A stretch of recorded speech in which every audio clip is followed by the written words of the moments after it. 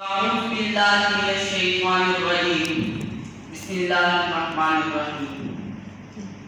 جب باطل سب آرا ہو کر انسانیت کی قائم کردہ حدود کو پامال کرتا ہے تو ایسے میں نعرہ حق بلند کرنے والے سر پر کفن باندھے بہتر گفتار و کردار لا خوف علیہم ولا هم یحزنون کی عملی تصویر بنی سیاست میں شمولیت حاصل کرتے۔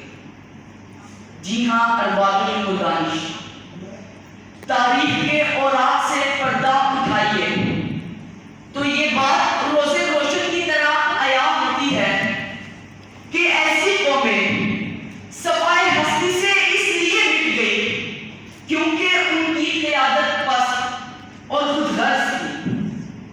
دنیا میں انہی اقوام نے نام بنایا جن کے رہنما اپنے قوم کی دھڑکنوں کو سن سکے اور ان کو قوت عمل سے نواز کر ہمیشہ کے لیے زندہ اور جاوید کر دیا۔ لیکن ذی وقت قدرت آئے روز ایسے باکمال انسانوں کو پیدا نہیں کرتی جو اخوت، بہادری، شجاعت، قوت گفتار، عمل و کردار، خلوص لازوال، تصویر عزم، جان وفا، روح حریت اور قوت ایمان سے لبریز ہو۔ نشان راہ جو دکھاتے تھے ستاروں کو ترس گئے کسی مرد راہ کے لیے۔ نگہ بلند سخن دل نواز چاپ سوز، یہی ہے رخت سفر میرے کارواں کے لیے، یہی ہے رخت سفر میرے کارواں کے لیے۔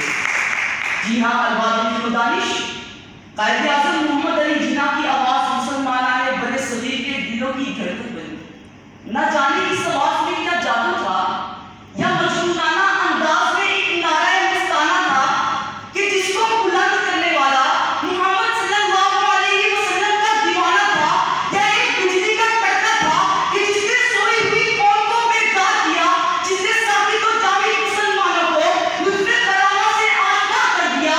سونے والوں نے انگڑائی لی، جاگنے والے شریک صبر ہوئے، یقین کے چراغ جلنے لگے، بے یقینی کی زنجیریں ٹوٹ گئی اور پوری قوم اپنے اس عظیم مقصد کے اعلیٰ نتیجے کو پورا کرنے کے لیے اٹھ کھڑی ہوئی اور پاکستان دنیا کے نقشے پر نمودار ہو گیا اور الحمدللہ آج دنیا کی سب سے بڑی اور پہلی اسلامی ایٹمی قوت کے نام سے جانا اور مانا جاتا ہے۔ ہم نے تقدیر کے کوچے ہاتھوں سے بنائے ہیں، توقیر عالم کو نئے گدے سنائے ہیں۔ حسین دیکھ تیرے چراغ، حسین دیکھ تیرے چراغ ہواؤں میں آئے، ہواؤں میں آئے۔ افسوس سر افسوس، یہ آج مجھے بھی کہنا پڑ رہا ہے، یہ حالات کی ناسازگاری